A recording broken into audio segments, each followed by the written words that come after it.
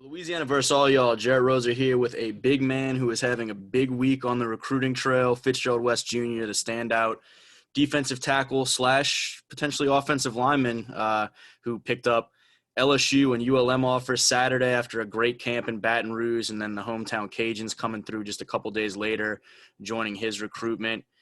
Fitz, we're going to talk about a lot of it, but I mean, thanks for joining me. And how have Yes, the sir. past few days been for you? Because it seems like it has to have been exciting in y'all's house. Yes, sir. It's been busy. It's been very busy. Let's start with that Saturday performance. You've been there before. You've had some strong camps before. Even in, I mean, you've been to Baton Rouge and have familiarity with that program and them with you.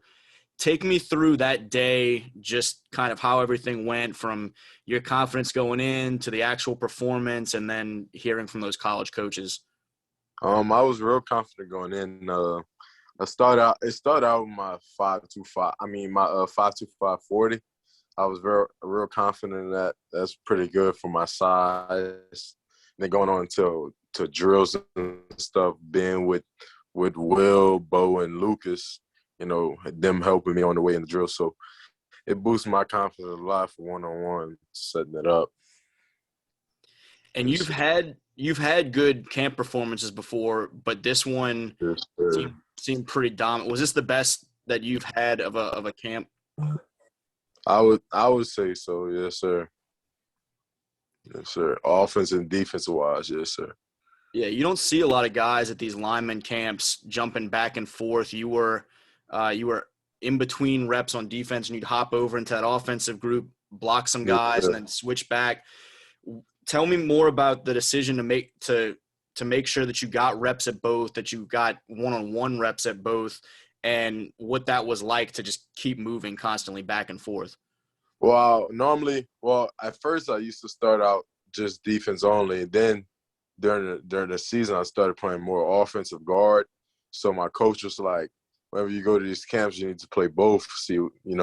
Let them see that you're good at both. So from I would say from like the first camp of what I said, the first camp I did that was the national combine of last year. That's when I started doing it. Then I just kept doing it every camp I went to, offense and defense. Does that get exhausting, keeping moving? No, no, sir, not at all. Not for me. And when we had talked, I guess, some point mid-season to later in the season in the fall, where you had started to play more and more offensive line and seemed like you were kind of excelling on that side of the ball as well.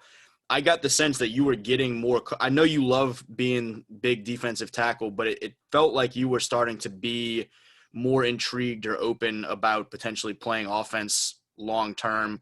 Where is your mindset with that as you talk to some of these schools about what you feel like your fit is, what you hope your fit is, and what you're comfortable with? Well, my I hope to fit at defensive line, but I understand that I'll be changed, or I'll potentially have to play like a guard or a center, because my not even my size and really just natural, I might have to switch. Like my godfather, he told me a long time ago that I would most likely play offense. He would want me to play offense, and he was the first one to tell me that. Then my coach told me, and I guess I just went with it.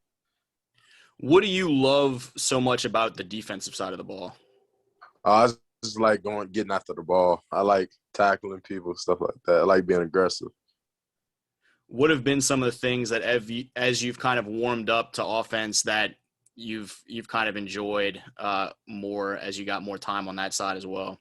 I really enjoy pulling. I like pulling for the smaller guys, bullying them. I like pass block a lot too. As you're one rep after another on Saturday, spinning free and getting after that quarterback dummy with Ed Ogeron, literally, I mean, 5 or 6 feet away, and he's looking at Coach Reggie and saying, "Man, you were right," stuff like that. What is the energy of that moment like for you? How aware of what's going on around you are you after a rep, and just how did it all feel to unfold that way? Um, Aware wise, I was excited. I wasn't really being as observant. Just trying to focus on getting my reps in. I didn't want to get out. And I guess Coach Reggie told him that I was a dog at defensive line, so I guess that's what he was saying.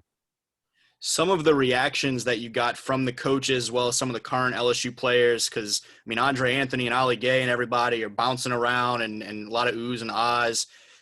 Were you able to realize how much of that was happening as it was happening, or were there parts of that it's like you see my videos after and that's when you Yeah. realize, oh shoot? Yes, sir. It was when I seen some videos, I was like, man, it would hype me up for real, because I don't really focus on that when I'm doing one-on-ones. Like all the excitement that I was putting out, I was getting that for myself. Like I wasn't feeding off of other people. That was for me. Yes, sir. So the ULM coaches come over and offer first. What was that conversation like? Who told you that you had the ULM offer, and what did they tell you that they liked about you or foresee to offer you if you ended up there? Coach Green offered me there, and I had talked to them while they were at Clemson for a while, and then they moved to ULM, and then they said they want to see me in person before they offered me, because they looked at my weight and stuff. So I guess when they see me in person, they seen I don't look 314, 311, and it was like, oh yeah, we got to offer you. They saw that you could move that way at that size, the quickness. Yes, sir. Yes, sir. And then the conversation with LSU, was it O that offered? Was it Coach Carter? Who was it that talked? It was Coach O. He talked to me, my mom, and Coach Reggie. And that's one of those relationships that's been there for a long time. You've made the trips to Baton Rouge. You know O knows you and your family. Sir. What was that conversation like in terms of what he shared with you, and what was that conversation like in terms of your emotion and reaction? Because I know that's a big offer for anybody that grows up in Louisiana. Well, at first he talked to me and my mom, and Coach Reggie was like, well, I'm sorry for not recruiting you properly, because at first they stopped a little bit on the recruiting wise, but he's like, but I want you to be a Tiger. I know your mom wants you to be a Tiger, so I'm offering you a scholarship here. Is that mom wants you to be a Tiger pretty strong? Yeah, she wants me to stay in Louisiana for sure. Well, if she wants you to stay close, this has been a fantastic week for that, as I mentioned, with all those offers coming. Yes, sir. What are your thoughts on now having these new offers? Sometimes guys, if a school isn't as active with them, they can get a little bit salty about it. But it seems like you were having a great time back in Baton Rouge, and that you were really excited about the offer. What's kind of your perspective on, okay, here are some new variables into this recruiting process. Here's how I feel about some of these schools and where I stand. Well, I have a lot of visits coming up. So going to my visits, I'm going to take every school, equally. I'm going to see where would I fit at, and what potentially could be my home for 3 or 4 years. Yeah. What was the conversation like before getting into some of those upcoming trips? What was the conversation like with the Cajuns this week as they extend the offer? They always have been persistent in recruiting me. They always text. They always check up on me and stuff like that. So I guess after they seen the Saturday performance, they wanted to pull the trigger. The 3 new ones, the ULM, LSU, and the Cajuns, are they all looking offensive line? Is one looking defensive line, 2 offensive line? What's the breakdown there? ULM ULM and UL want me as a defensive tackle, and LSU wants me on the offensive line. Will the side of the ball be a determining factor in your decision, or are you at a place where it's the other stuff, the other factors come more? It's the other factors that come first. But like I said, I don't really mind. I'll play any position. Yeah. What are some of those other upcoming trips that you have over the next few weeks, places you're hoping to get to? Next week is my official to SMU on the 17th, and Tuesday I'll be at LSU. Then the next week I'll be in Colorado. I think that's it for this June. I think that's it. And you had announced recently a July 10th commitment date. Is that still the plan? Yes, sir. That's not changing. Yeah, take me through this the significance of that date? What made you feel like, all right, that's going to be the day that I need to make my move? Well, I wanted to get my commitment over before the season and before like I start school. You know, I graduate in December, so I know I had to commit early, and I just didn't want to deal with all that during the season. Yeah. You got to go win another state championship. Yes, sir. I'll be the number one, the first in the nation to win 5. You guys, I guess with the 4 straight now for Sage's class graduating, and then your class with Brylan and Jordan, everybody that are like, okay, now we can go win a 5th straight. And for a lot of those guys, it'll just be their 4th as a member of the team. But you were around for that first one. Yes, sir. I started in every game. Started every game. So I'm pretty sure I'll be the first for sure for that. What, as you look at your high school career and you think about that opportunity that's there to be a playmaker from an 8th grader all the way through the type of run that you guys have had, can you I guess put that into some perspective about what that's been like, and how different maybe you are now in terms of your mindset with it than you were as just a big pup coming up? Yes, I feel like every year I get a little bit better. So my 8th grade year, I was just in there as a big body, you know, plugging up the line and stuff.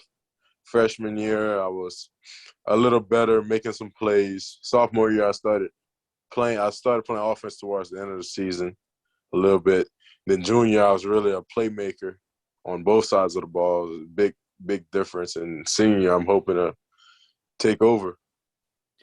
The motivation to keep improving like that, explain to me what your mentality has been with that, where that drive comes from, who are some of the people around you that really kind of support that and make sure to push that? Well, it's definitely all in Coach Reggie. Coach Reggie pushes me almost every day to be better. You know, there's always some things. He said this, well, my 8th grade year, he was teaching me the techniques, but really wasn't really teaching me the moves. He said I wasn't ready for it. Coming in the sophomore year, junior year, he started teaching me some more moves and stuff, and teaching me more more tools in my set. Then I just started realizing what's really the techniques I have to use, and he's developed me a lot as a player. We hit on obviously the 3 recent FBS in-state offers. Louisiana Tech and Tulane had offered prior. Looks like you're in a Tulane shirt. Take me through where you stand with those 2 programs as well. They both had a chance to see you in person on Saturday for the first time in quite a while. What have you heard from Coach Fritz and that staff, and Coach Holtz and that staff?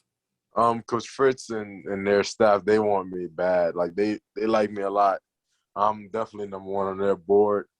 I like their school a lot too, being from New Orleans. So that we'll see.